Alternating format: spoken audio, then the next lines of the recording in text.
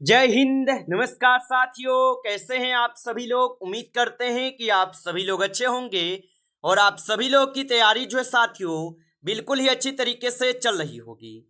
तो साथियों, आज की इस क्लास में हम सभी लोग जो है MPESB हॉस्पिटल असिस्टेंट एग्जाम 2026 के लिए जो है टॉप ऐसे इंपोर्टेड और चुनिंदे प्रश्नों को देखेंगे, जो कि साथियों कल आपके 3 जुलाई से लेकर 8 जुलाई तक के एग्जाम के लिए जो है काफी ही इंपोर्टेंट है।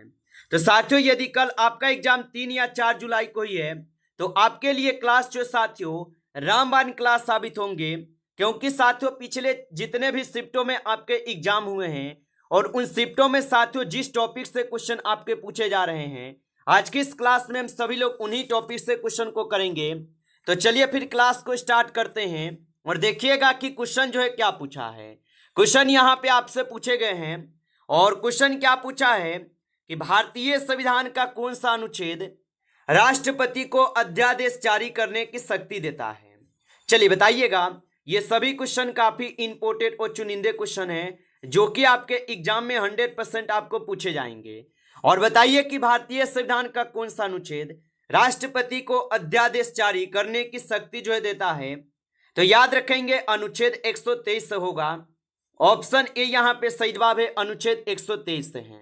चलिए अगला प्रश्न यहाँ पे है और यहाँ पे प्रश्न पूछे गए हैं और प्रश्न क्या पूछा है आपसे, राज्य के नीति निदेशक तत्व जो है ये किस देश के संविधान से लिए गए हैं। चलिए बताएंगे आप यहाँ पे। तो राज्य के नीति निदेशक तत्व किस देश के संविधान से लिए गए, तो यहाँ पे इस क्वेश्चन का सही जवाब ऑप्शन बी करेंगे, आयरलैंड के संविधान से लिए गए, याद रखेंगे। चलिए अगला प्रश्न यहाँ पे देखेंगे और प्रश्न पूछा है आपसे कि दुर्जन शब्द में कौन सा उपसर्ग है। तो याद रखेंगे कि दुर्जन शब्द में कौन सा उपसर्ग होगा। तो दुर्जन में आप लोग का दूर जो है ये उपसर्ग होगा, ऑप्शन बी कीजिएगा सही जवाब। चलिए अगला प्रश्न यहाँ पे देखेंगे और यहाँ पे प्रश्न आपसे पूछे गए और प्रश्न है कि राष्ट्रपति के विरोध महाभियोग जो है किसके द्वारा चलाया जाता है। तो याद रखेंगे कि राष्ट्रपति के विरोध महाभियोग किसके द्वारा चलाया जाता है। तो यहाँ पे इस क्वेश्चन का सही जवाब जो है ऑप्शन सी करेंगे, संसद के किसी भी सदन द्वारा, ऑप्शन यहाँ पे सी सही जवाब है। चलिए अगला प्रश्न यहाँ पे देखेंगे और प्रश्न पूछा है आपसे कि निम्नलिखित में से कौन सा रोग वायरस के कारण जो है नहीं होता है। तो निम्नलिखित में से कौन सा रोग वायरस के कारण नहीं होता। तो यहाँ पे आप सही जवाब ऑप्शन यहाँ पे आप लोग सी करेंगे, टाइफाइड होगा, याद रखेंगे। चलिए आगे बढ़ते हैं और अगला प्रश्न देखिएगा यहाँ पे और प्रश्न पूछा है आपसे यहाँ पे कि मुद्रास्फीति को नियंत्रित करने के लिए RBI सामान्यतः जो ये क्या करता है। चलिए बताएंगे आप यहाँ पे।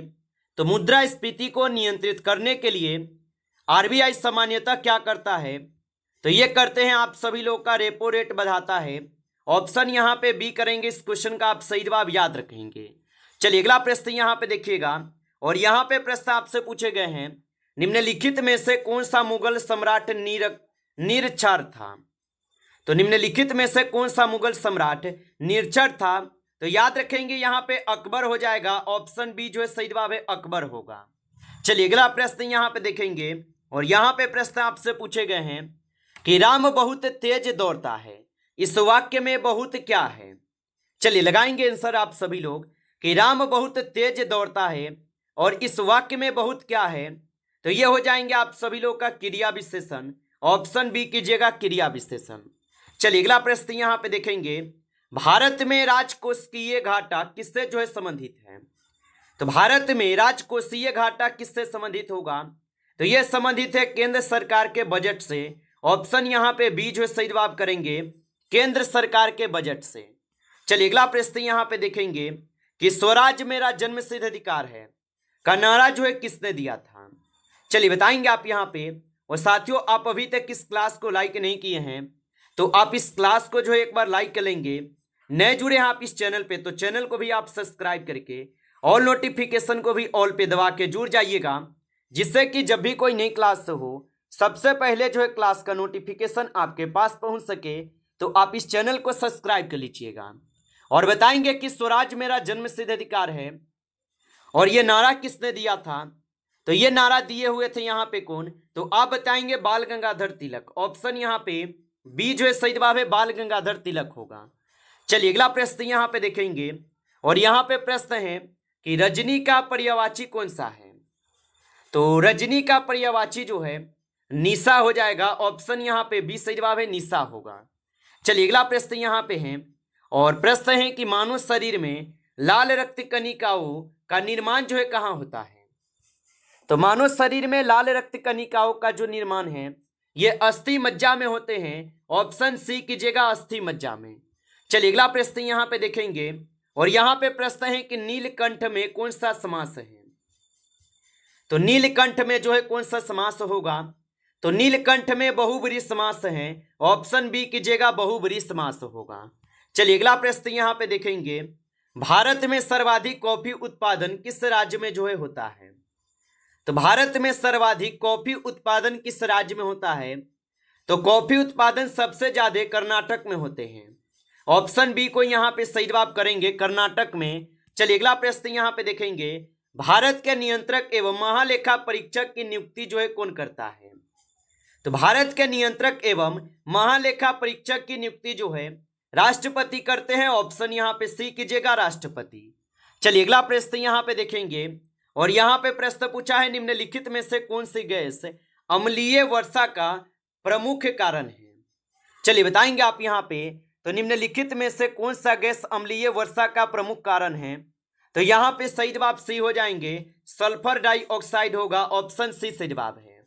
आगे देखेंगे अगला प्रश्न है, भारतीय संविधान में संवैधानिक उपचारों का अधिकार किस अनुच्छेद में दिया गया है? तो याद रखेंगे, भारतीय संविधान में संवैधानिक उपचारों का अधिकार किस अनुच्छेद में दिया गया? तो ये दिए गए अनुच्छेद 32 में। ऑप्शन सी सही जवाब होगा, याद रखेंगे। चलिए आगे बढ़ते हैं, और अगला प्रश्न यहाँ पे देखेंगे, और यहाँ पे प्रश्न पूछा है कि साहित्य शब्द में कौन सा प्रत्यय है? चलिए बताएंगे आप यहाँ पे, तो साहित्य शब्द में जो है यह जो है ये प्रत्यय हो जाएगा। ऑप्शन ए करेंगे सही जवाब। चलिए अगला प्रश्न यहाँ पे देखेंगे, और यहाँ पे प्रश्न है, मानव विकास सूचकांक किस संस्था द्वारा जो है जारी किया जाता है? चलिए बताएंगे आप यहाँ पे, तो मानव विकास सूचकांक किस संस्था द्वारा जो है जारी किए जाते हैं? तो यहाँ पे इस क्वेश्चन का आप लोग सही जवाब जो है ऑप्शन आप सभी लोग यहाँ पे सी करेंगे, यूएनडीपी के द्वारा। ऑप्शन आपका जो है सी यहाँ पे सही जवाब है, याद रखेंगे। चलिए अगला प्रश्न यहाँ पे देखेंगे, और यहाँ पे 20 नंबर क्वेश्चन है, मानव हृदय में कुल कितने कक्ष यानी चेंबर होते हैं? चलिए बताएंगे आप यहाँ पे, तो मानव हृदय में कुल कितने कक्ष या चेंबर होते हैं? तो आप बताएंगे इनमें 4 होते हैं। ऑप्शन सी सही जवाब है, 4 होगा। चलिए अगला प्रश्न यहाँ पे देखेंगे, और यहाँ पे प्रश्न है कि इल्बर्ट बिल विवाद किस वायसराय के शासनकाल में हुआ था? तो इल्बर्ट बिल विवाद किस वायसराय के शासनकाल में हुए? तो यहाँ पे आप सही जवाब ऑप्शन बी करेंगे, लॉर्ड रिपन के काल में। ऑप्शन बी सही जवाब है। चलिए अगला प्रश्न यहाँ पे देखिएगा, और प्रश्न पूछा है कि भारतीय संविधान के किस अनुसूची में केंद्र, राज्य एवं समवर्ती सूची जो है दी गई है? चलिए बताएंगे आप यहाँ पे, तो भारतीय संविधान के किस अनुसूची में केंद्र, राज्य एवं समवर्ती सूची दी गई है? तो ये दिए गए हैं आपके 7वीं अनुसूची में। ऑप्शन आपका सी सही जवाब है, 7वीं अनुसूची में। चलिए अगला प्रश्न यहाँ पे देखेंगे कि जिसका कोई शत्रु ना हो उसके लिए एक शब्द जो है क्या होगा? तो जिसका कोई शत्रु ना हो उनके लिए एक शब्द जो है यहाँ पे निरुत्तर हो जाएंगे। ऑप्शन बी कीजिएगा आप सही जवाब, निरुत्तर हो जाएंगे। चलिए अगला प्रश्न यहाँ पे देखेंगे, प्रश्न है मुद्रा अवमूल्यन का संबंध जो है किससे है? तो मुद्रा अवमूल्यन का जो संबंध होगा ये संबंध किससे हो जाएंगे? तो ये हो जाएंगे आपके विनियमन दर से। ऑप्शन बी को यहाँ पे सही जवाब करेंगे, विनियमन दर से होगा। आगे देखेंगे अगला प्रश्न यहाँ पे दिए गए, मानव शरीर की सबसे लंबी हड्डी जो है कौन सी है? चलिए बताइएगा आप यहाँ पे कि मानव शरीर की सबसे लंबी हड्डी कौन सी है? तो यहाँ पे आप सही जवाब जो है ऑप्शन यहाँ पे सी करेंगे, फीमर होगा। ऑप्शन सी सही जवाब है। चलिए अगला प्रश्न यहाँ पे है कि यथाशक्ति में कौन सा जो है समास है? तो यथाशक्ति में कौन समास होगा? तो यथाशक्ति में अवयवी भाव समास होगा। ऑप्शन ए सही जवाब है, अवयवी भाव समास है। चलिए अगला प्रश्न यहाँ पे है कि भारत का सबसे बड़ा लिग्नाइट उत्पादक जो है राज्य कौन सा है। चलिए बताइएगा आप यहाँ पे। तो भारत का सबसे बड़ा लिग्नाइट राज्य उत्पादक कौन सा है। तो यहाँ पे आप सही जवाब बी लगाएंगे, तमिलनाडु होगा। ऑप्शन आपके बी यहाँ पे सही जवाब होगा। चलिए अगला प्रश्न यहाँ पे देखिएगा कि भारतीय संविधान में मूल कर्तव्य किस देश के संविधान से जो है प्रेरित है। तो भारतीय संविधान में मूल कर्तव्य किस देश के संविधान से प्रेरित है। तो ये हो जाएंगे रूस एवं पूर्व सोवियत संघ से। ऑप्शन यहाँ पे जो है बी सही जवाब होगा। आप अच्छे से इनको जो है याद रखेंगे। चलिए आगे बढ़ते हैं और अगला प्रश्न यहाँ पे देखेंगे। और यहाँ पे प्रश्न पूछा है आपसे, भारतीय प्रतिभूति एवं विनियमन बोर्ड की जो स्थापना ये कब हुई थी। तो भारतीय प्रतिभूति एवं विनियमन बोर्ड की जो स्थापना हुई, इनकी स्थापना हुए थे आपके 1988 में। ऑप्शन ए सही जवाब है, 1988 में हुआ था। चलिए अगला प्रश्न यहाँ पे देखेंगे कि चक्रपाणी में कौन सा समास है। तो चक्रपाणी में कौन सा समास होगा। तो चक्रपाणी में होगा बहुब्रीहि समास। ऑप्शन यहाँ पे सी सही जवाब है, बहुब्रीहि समास। चलिए अगला प्रश्न यहाँ पे देखेंगे कि रामकृष्ण मिशन की स्थापना जो है ये किसने की थी। तो रामकृष्ण मिशन की स्थापना किसने की थी।